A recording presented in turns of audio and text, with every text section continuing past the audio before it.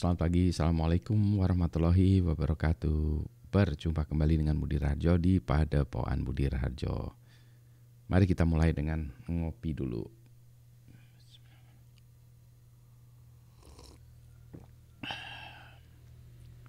Sedap juga nih kopinya. Ini dari Lombok, kopi dari Lombok.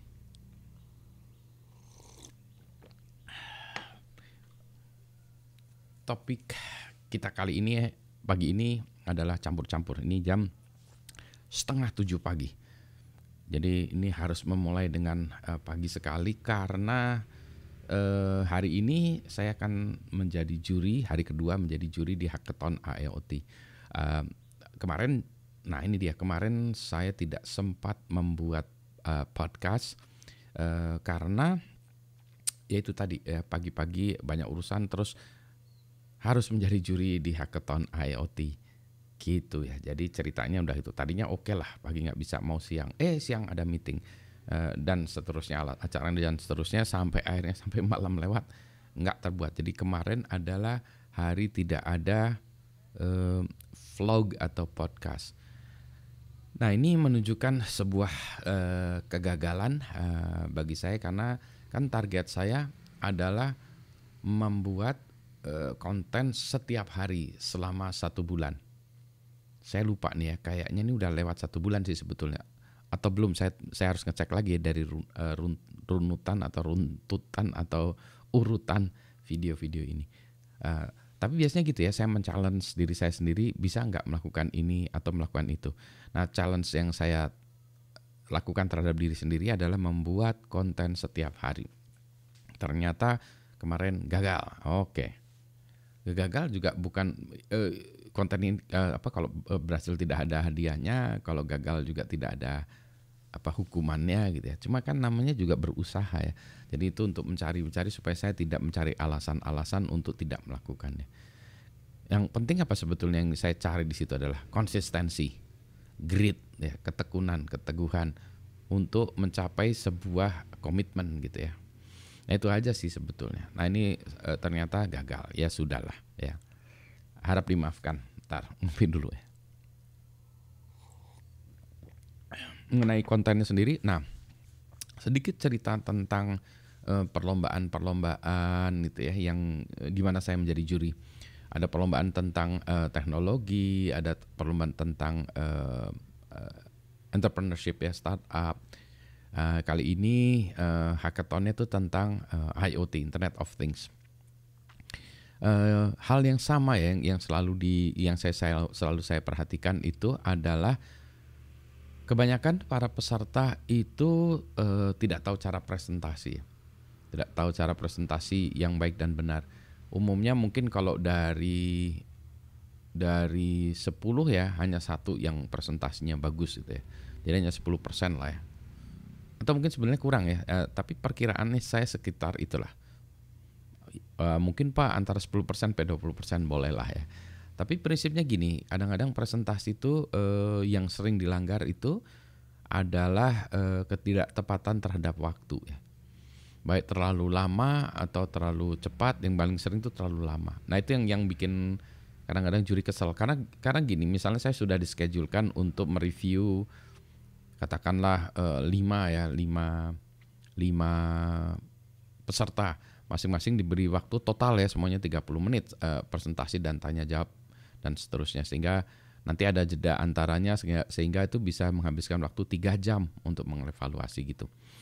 Kalau ini nanti para pesertanya molor, nah itu berarti bisa molor juga ya acaranya.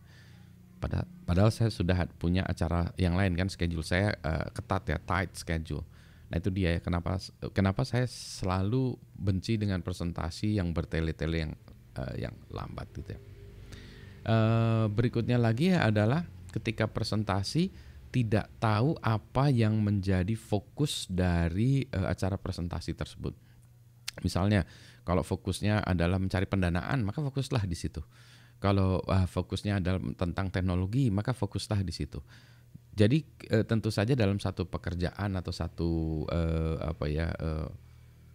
inisiatif itu ada banyak masalah ya, atau banyak hal yang ingin kita presentasikan.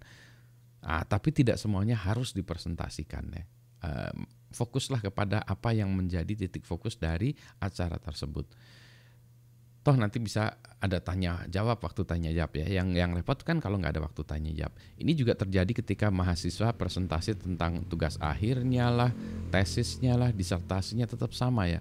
Ingin menceritakan semuanya pada saat itu juga ya. Enggak, yang penting garis besarnya aja, prinsipnya aja, dan fokus pada satu atau dua hal yang diinginkan pada acara tersebut. Gitu ya.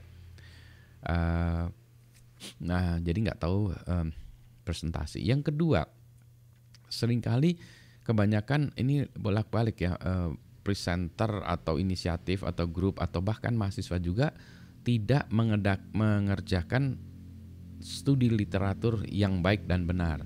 Jadi kalau perusahaan selalu saya tanya, sudah pernah tahu nggak perusahaan yang melakukan hal yang serupa?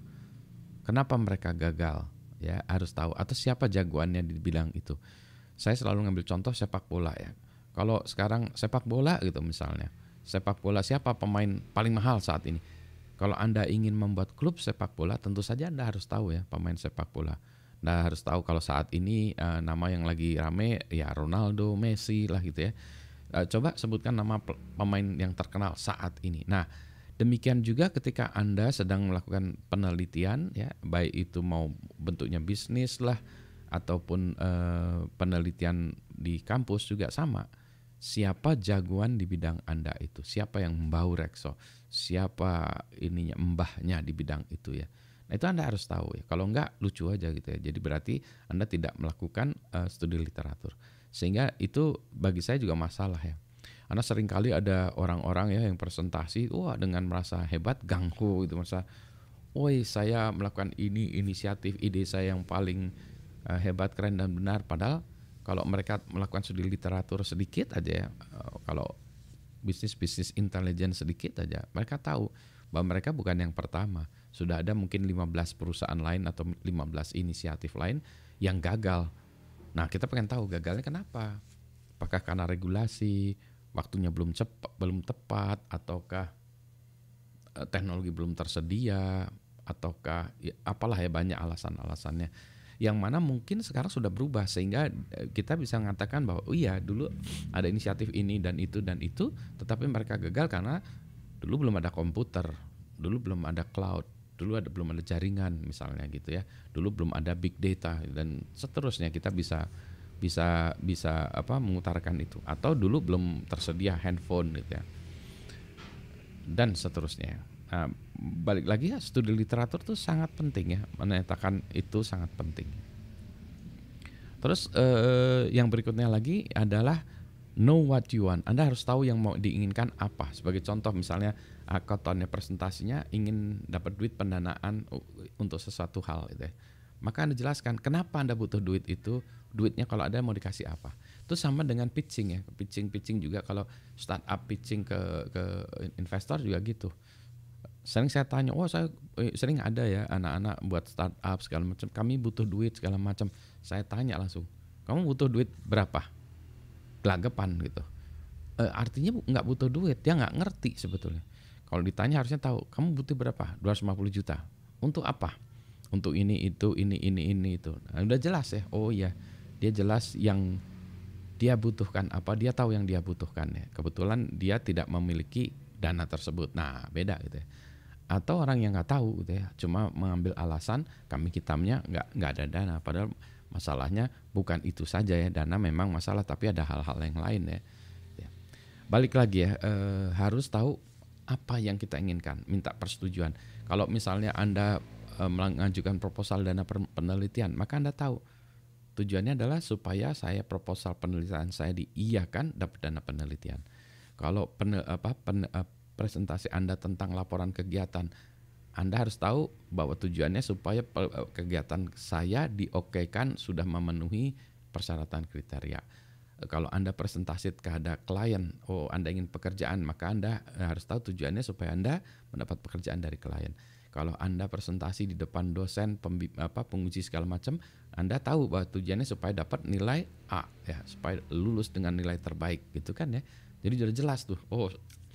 Ini tujuannya ini. Maka itu harus diiyakan oleh para orang-orang ini yang mendengarkan presentasi. Gimana nih? Para gatekeeper ini, para penjaga gerbang ini mengatakan, oh ya, Anda silakan lewat. Ya. Nah itu ya. Jadi harus tahu know what you want. Ya. Kalau saya tahu sekarang know what I want, yaitu kopi. Itu dulu ya acara kita pagi ini. Selamat pagi. Assalamualaikum warahmatullahi wabarakatuh. Suaranya serak, masih ngopi dulu.